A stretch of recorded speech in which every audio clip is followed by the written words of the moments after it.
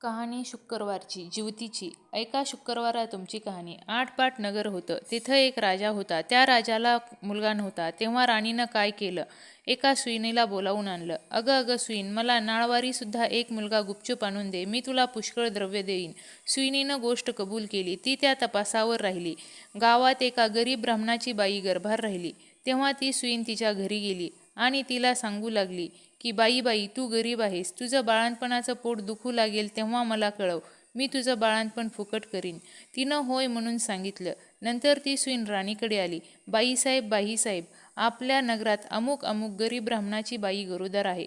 तिला नुकताच 2रा महिना लागला आहे. लक्षणं सर्व मुलाचीच दिसत आहेत.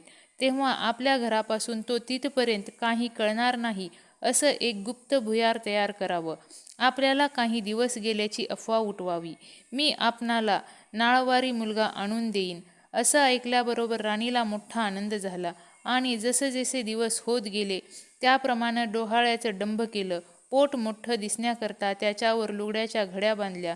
भुयार तयार केलं. 9 मास भरताच बाळणपणाची तयारी केली. इकडे ब्राह्मणीनबाईचं पोट दुखू लागलं. सुईणीला बोलावू आलं. त्यानंतर ती पुढं व्हा, मी येते म्हणून सांगितलं. धावत धावत राणीकडे आली. पोट दुखण्याचं ढोंग करायला सांगितलं. नंतर ब्राह्मणाच्या घरी आली. बाई, तुझी ही पहिली खेप. डोळे बांधलेस तर भिणार नाहीस, नाही बांधलेस तर भय वाटेल, असे सांगून तिचे डोळे बांधले. ती बाळंत झाली. मुलगा झाला. सुईण एका दासीकडून भुयाराच्या वाटेनं मुलगा राणीकडे पाठवला व तिनं एक वरवंटा घेऊन त्यास एक कुंचा बांधला आणि पुढं ठेवला. मग बाईचे डोळे सोडले. तुला वरवंटाच झाला असं सांगू लागली. तिनं नशिबाला बोट लावलं. मनामध्ये दुःखी झाली. सुईण निघून राजवाड्यात गेली. राणीसाहेब बाळंतीण झाल्याची बातमी पसरली. मुलाचं कोडकौतुक होऊ लागलं. इकडे ब्राह्मणीनबाईनं नेम धरला. श्रावण मासी दर शुक्रवारी जिवतीची पूजा करावी आणि नमस्कार करून म्हणावं, जय जिवती आई माते, जिथं माझं बाळ असेल तिथं खुशाल असो, असं म्हणून तिने तांदूळ उडवावे. ते ह्या मुलाच्या डोक्यावर पडावे. हिरवं लुगडं नेसणं, हिरव्या बांगड्या लेणं वर्ज केलं. कारल्याच्या मंडवाखालून जाणं वर्ज केलं. तांदळाचं धुणं ओलांडणं बंद केलं. याप्रमाणे ती नेहमी वागू लागली. इकडे राजपुत्र मोठा झाला.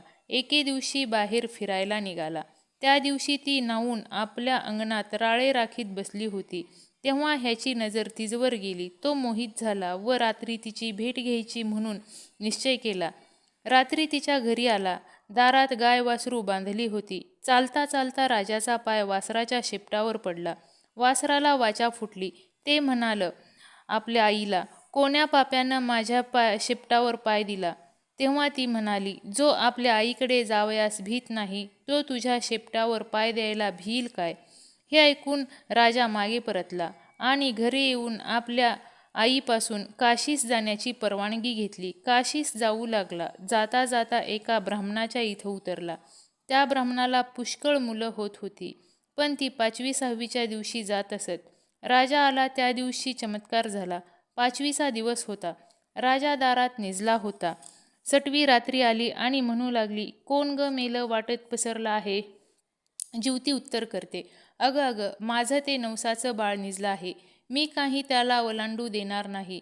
मुलगा आज जाणार म्हणून त्या मुलाची आई बाप चिंता करत बसली होती. त्यांनी हा संवाद ऐकला. इतक्यात उत्तरात्र झाल्यावर सटवी व जिवती आपापल्या रस्त्यांनी निघून गेला. उजडल्यावर ब्राह्मणानं येऊन राजाचे पाय धरले. तुमच्यामुळे आमचा मुलगा जगला. आजचे दिवस मुक्काम करा अशी विनंती केली. राजानं ती मान्य केली. त्याही रात्री याप्रमाणे प्रकार झाला. दुसरे दिवशी राजा चालता झाला. इकडे ह्याचा मुलगा वाढता झाला. पुढं काशीत गेल्यावर यात्रा केली. गयावर्जनाची वेळ आली.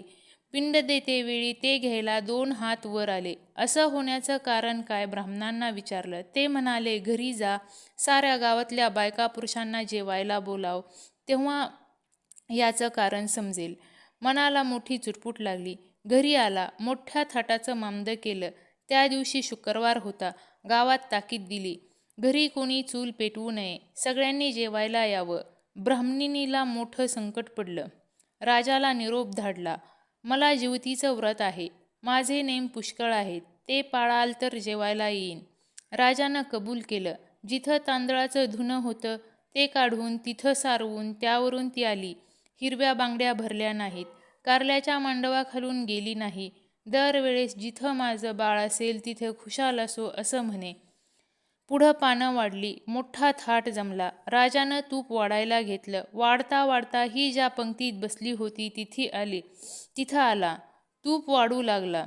ईश्वरी चमत्कार झाला. बाईला प्रेम सुटून पाना फुटला. तिच्या स्तनातून दुधाच्या धारा फुटल्या. त्या ह्याच्या तोंडात उडाल्या. तो हातची तपेली ठेवून रुसून निजला. काही केल्या उठेना. तेव्हा आई म्हणाली. त्याची समजूत करू लागली. तो म्हणाला, असं होण्याचं कारण काय?